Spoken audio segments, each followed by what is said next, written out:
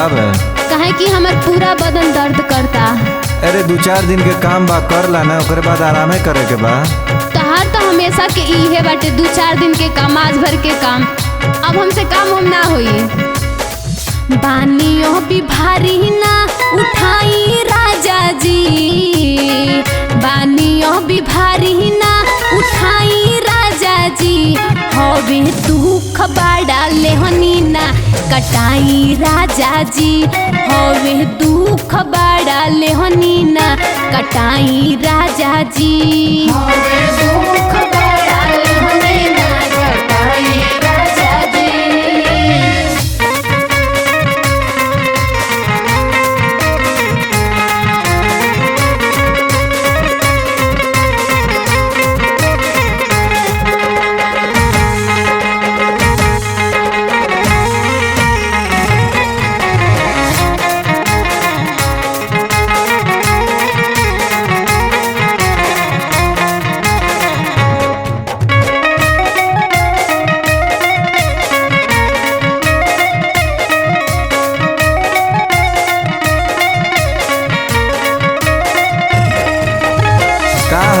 तोहार घटल रहता 24 घंटा। देखा तोहर माई और बहिन बाड़लो, उ लो तौरी हमर नाक में दम करके रखले बाड़लो।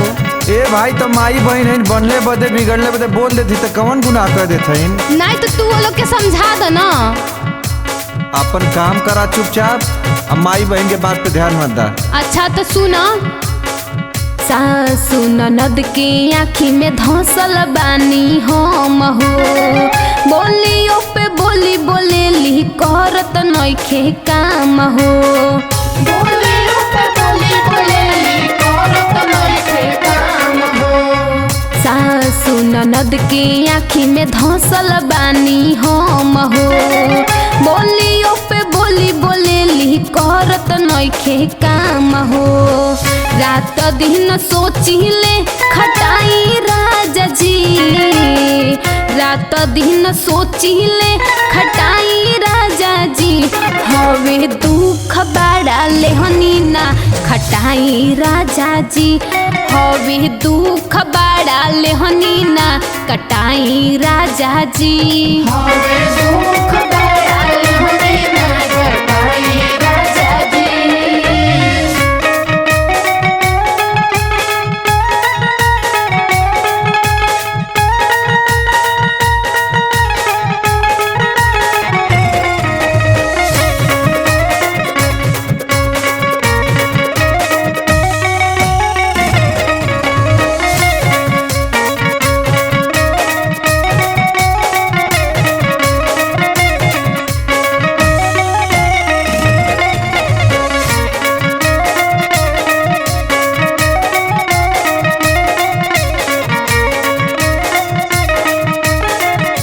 समय हमार तनी तबीयत खराब चलता।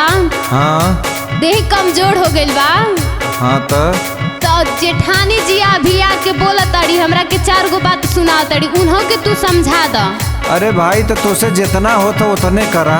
काम धाम करी नाही ओइसे हालात में, बड़ के जेठानी आके लड़े बाते बात में, बड़ के जेठानी आके लड़े बाते बात में। काम धाम करी नाही ओइसे हालात में, बड़ के जेठानी आके लड़े बाते बात में। हवे सहवतिनिया जो सताई राजा जी, हवे सहवतिनिया जो सताई राजा जी।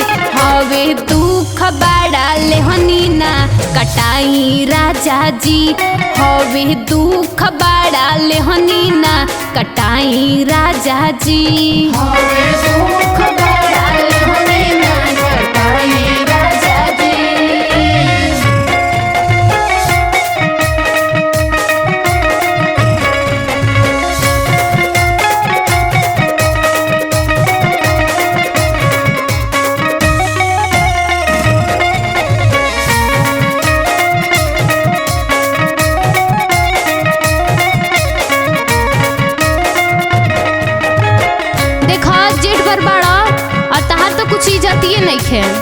अरे तो हमके परिवार लेके चले के बाद तो हम सबकर न सुनब। तोहरा के समझा के रखे के चाही ना, तोहार तो केहू सुनबे नहीं करेला।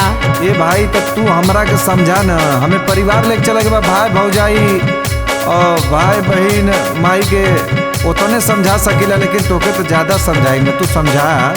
अच्छा, घर के जेठ बाड़ा तोहरा केहू नइखे काबू में, जानले जे होती छोड़ के अइती ना माई बाबू के, जानले जे होती छोड़ के अइती ना माई बाबू के। घर के जेठ बाड़ा तोहरा केहू नइखे काबू में, जानले जे होती छोड़ के अइती ना माई बाबू के।